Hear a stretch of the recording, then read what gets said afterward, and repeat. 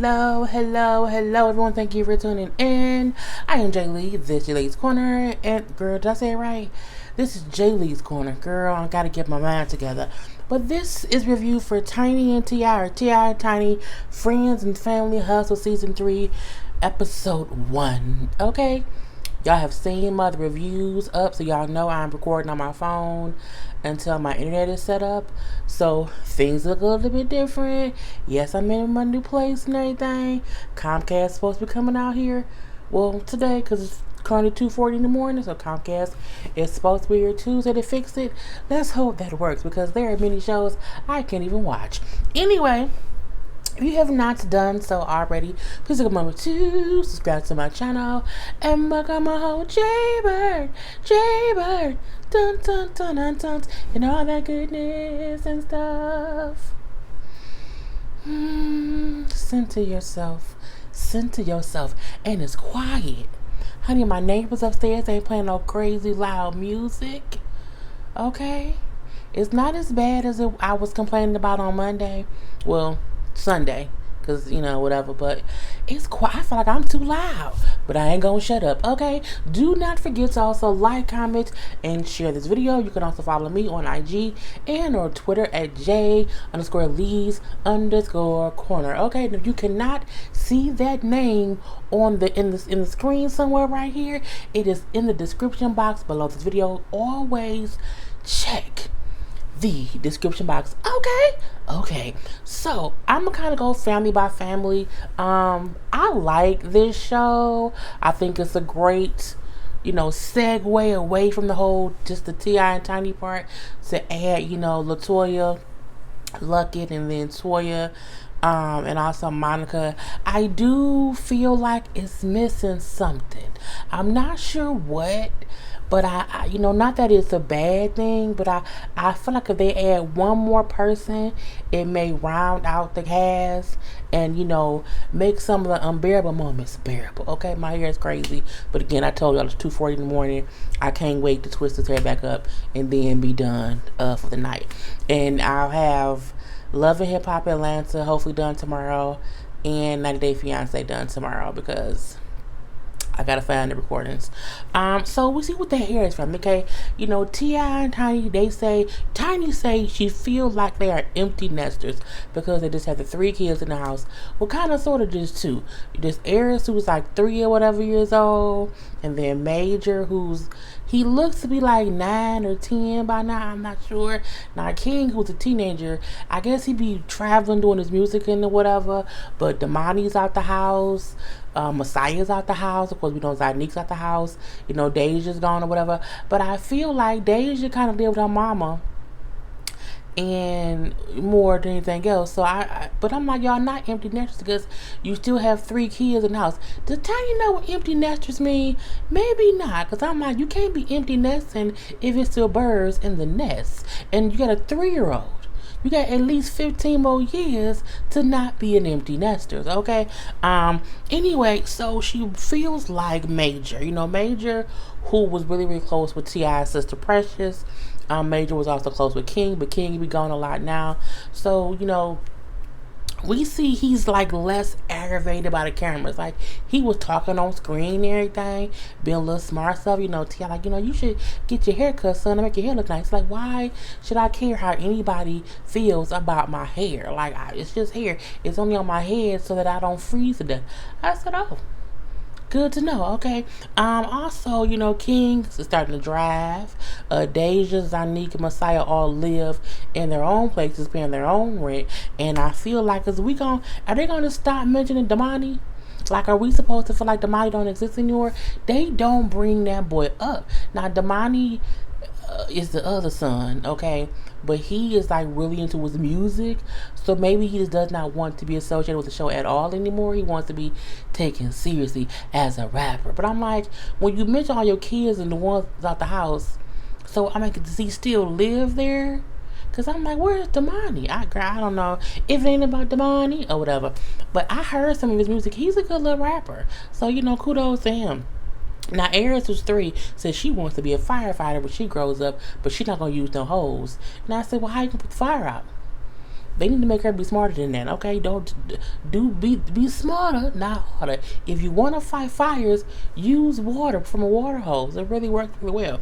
Now, again, Tiny brought up how with Precious being gone and when King got the house, Major's kind of like to herself a little bit, and she wants him to kind of get some kind of hobby. Now, I think Tiny's just bored. I think she's bored, and she's trying to, because she's bored, she wants to do something, so she's making it seem as if Major needs to do something when it's really her that ain't got shit to do. I'm like, she has tons to do. Okay, let her go do it. But she's like, maybe we can get him in karate or something. I'm like, but does he like karate? Like, you should.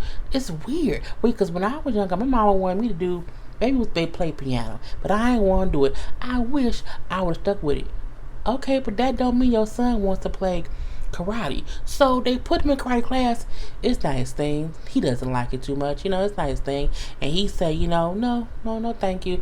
We're going to just keep trying to find something for him to do. Let him be a 9-year-old. He 9. He don't need to know what he wants to do with his life just yet.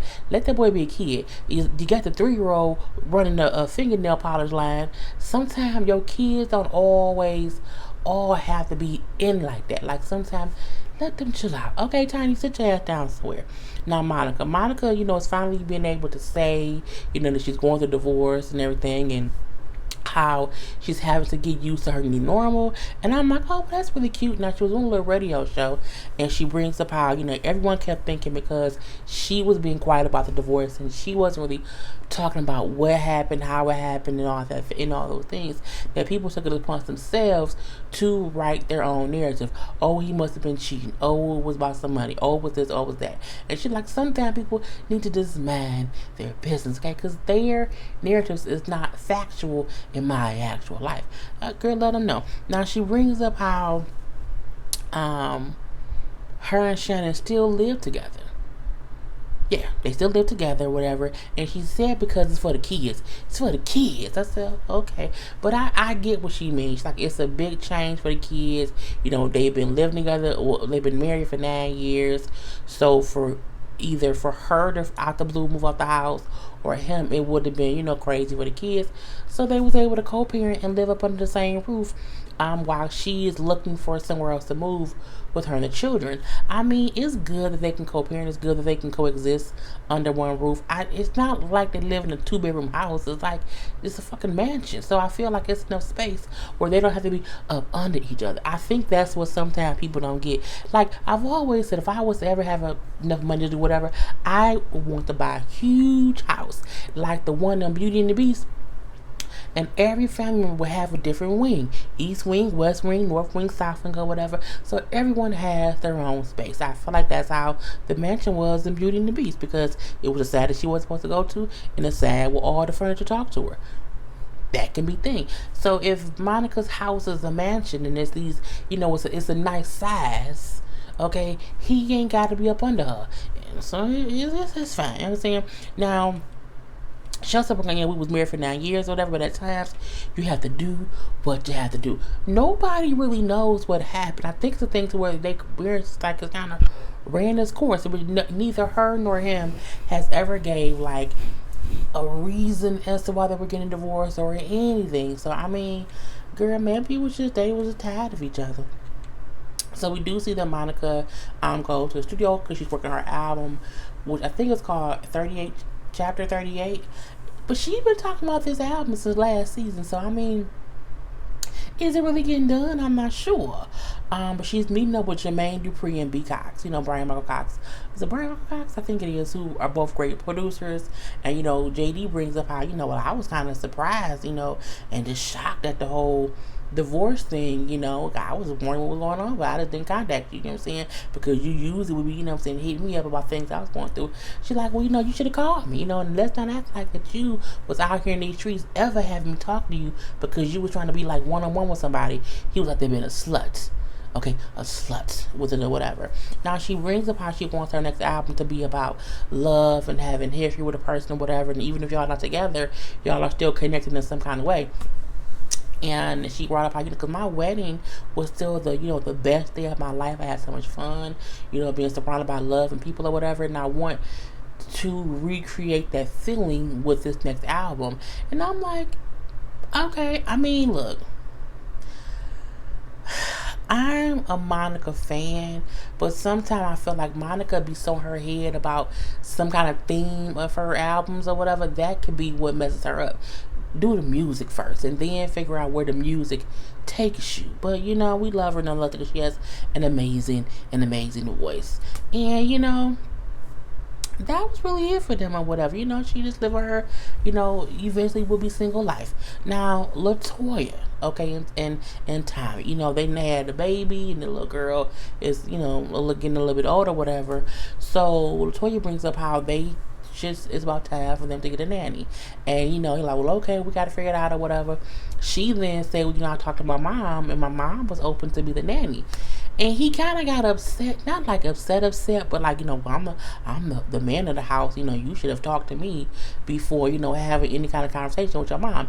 And she was like, well, I just asked her, like, if it would be okay with her, like, just to see if she would want to do it, not tell that she could. And I feel like Tommy sometimes may not realize things he say come off not sexist, and he can say he's the man of the household, but you can't say that in a way to where it's like she can't have any conversation unless she talks to you first. With her mama, Mom, me and Tommy might need to get a babysitter. If we do that, would you maybe want to watch the baby if we pick you or whatever? And then mom could have said, because the mama would have said no, and the conversation is we have to find someone outside of the family to do it. Okay, I just feel like it wasn't a big issue with her asking her mom if she'll be open to it once they needed a nanny. Half the time, most grandmas want to do that. Some, not all, some, not all. But Tori brings up how it's been hard lately because Tommy's mom passed away recently from cancer, and so he's still grieving, and he's still going through it. And we look, lose the parent is unbearable, and I can't imagine how it would be on a person who seemingly already maybe has some, I'm the man of the house type of emotions or whatever. She also brings up how it seems like he is still actually angry, about his mom's passing away. And with him being angry, anybody can get it. He probably lashes out and gets angry and all that, and get angry at people or whatever.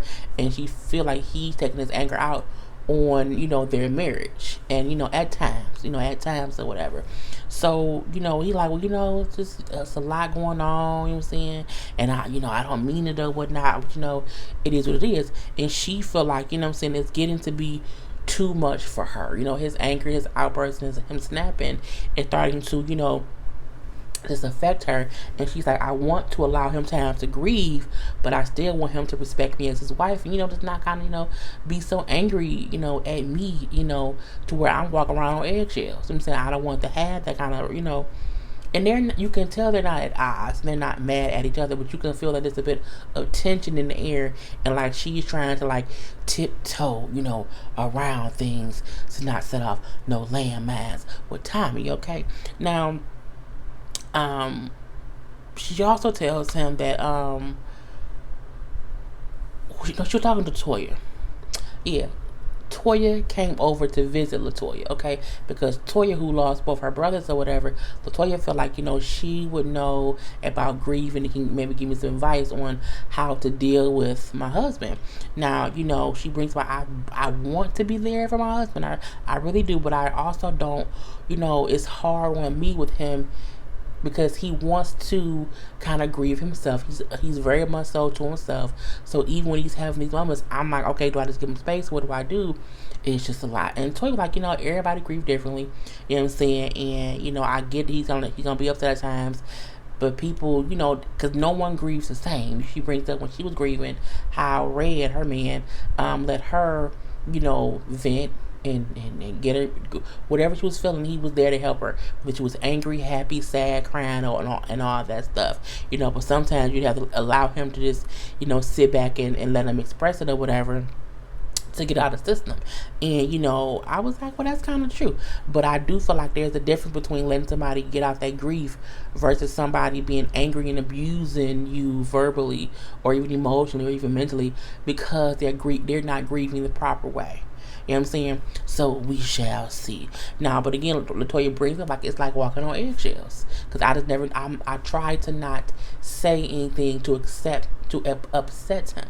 I would not want to be in a marriage like that. Mainly because I would not want to not know how to talk to my husband. I feel like even if I say something that upsets him, he should still be aware that I'm not against him, or I'm not trying to upset him. It's just a point where he's in a mind space where everything and anything can upset him. You know what I'm saying? That's, hard for me or whatever. So we do see that it's Tommy's birthday.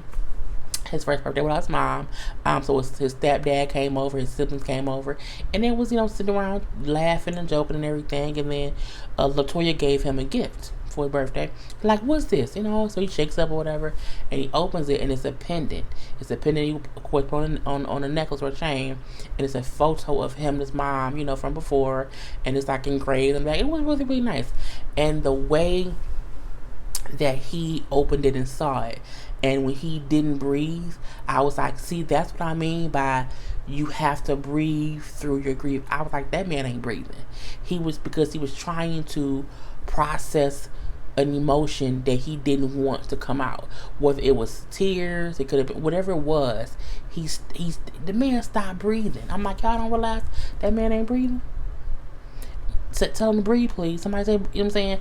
Because it losing a parent, when the pain or the grief or the whatever hits you, it takes your breath away, and you have to remember to breathe through it, because that's the only way to allow whatever that feeling is to get out. If not, it's gonna be stuck in you, and you're gonna be stuck in that, in that place or whatever. And so of course he got, he was getting a little bit teary-eyed and cried a little and everything, and because it was an emotional moment.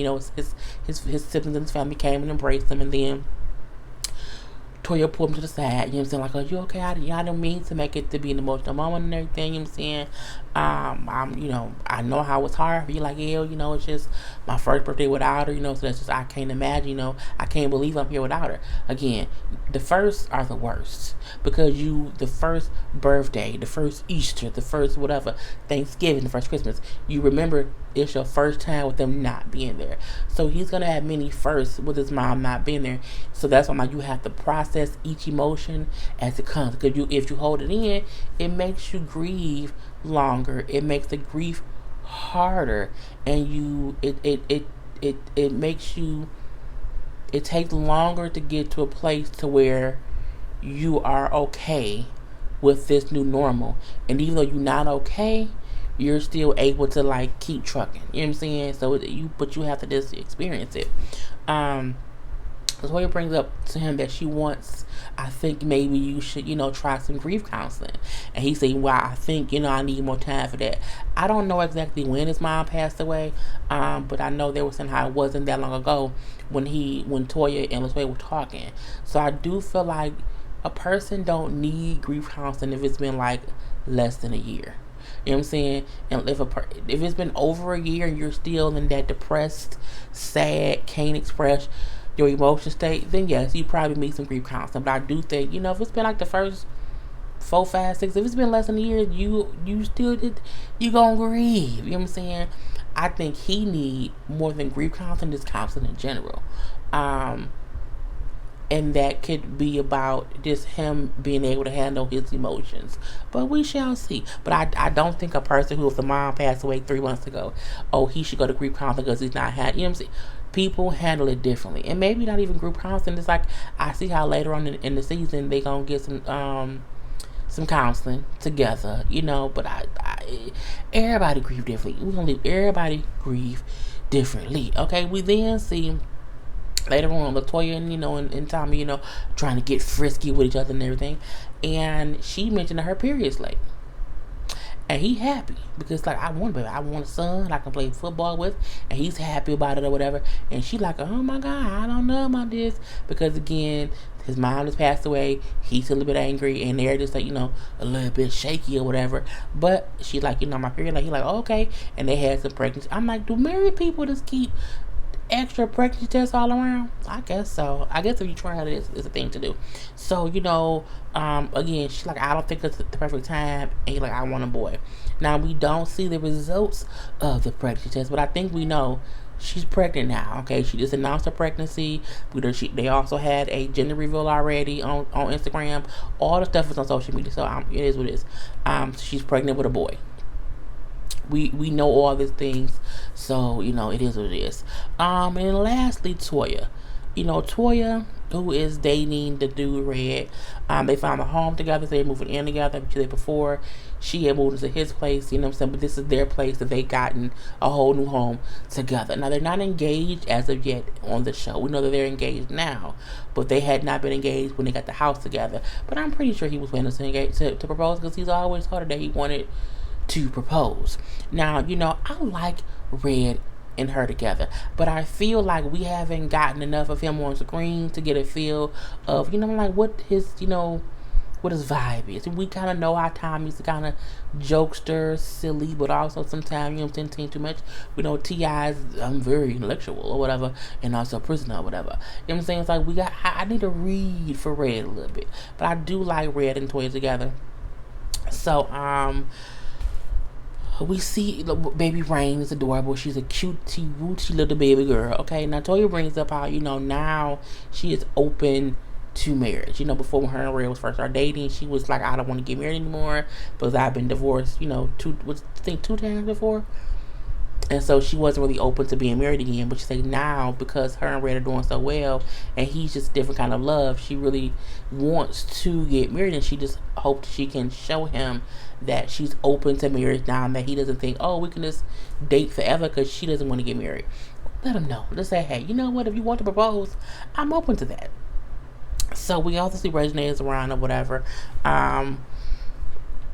She brings up how her and that boy Lucci broke up. I mean, look, when she said, I just feel like, he wasn't respecting me as much in the end of our relationship that he was in the beginning. That boy had taco meat belly hair. That boy didn't respect himself, okay? I feel like when we see we as women or young women, when we see a cute guy who's like a little bit gangster, whatever, we like it. Even they weirdly, not really all the way respect for things. Oh, it's because he's gay. I feel like the way he acted towards the middle and the end, he couldn't have been that. He didn't seem no different. He seemed exactly the same. Okay, this is how she took it changed, because it then became a public thing. Now she brings up how the straw that broke the camel's back was that cucumber party, but she went to the cucumber party, but that is nasty, and nobody should do that. He was the same person at the cucumber party that he was everywhere else. But I digress. At least she smartened up, broke up with him, and she said, because I deserve better, and that's great. Now Toya brings up, well, I'll bring it up later. Toya brought up later how she was happy that Reginae and Lucci broke up, but how Lil Wayne kind of went off on Reginae in a fatherly way. In a fatherly way, just because she was around here fucking up. Okay, and he had to have that conversation with her, and not her and Wayne, are better on better terms, and that's Reginae and Wayne. Because sometimes a father has to be a father, even when he does not want to be the bad guy. Okay, sometimes you have to be. We then see Toya's brother Josh, who was killed in 2016, his daughter. Josh's daughter stays with him. She's a teenager or whatever. I'm like, oh, that's so nice. Okay. And Red, of course, treats her like his own, so that's great as well, that he has accepted this addition to the family. Okay. Now, that was really all they talked about at the house. Because I'm like, that's really all. Was that all that it was? Well, because we didn't see Toya and Monica have drinks, but that's just Toya saying how she happy that old girl broke up with old boy. I mean, girl, I don't care. And her Red is doing good and she wants to get married. See, that was the whole episode. It's an hour show. So, we're going to let it be that. I will talk to y'all later. Peace.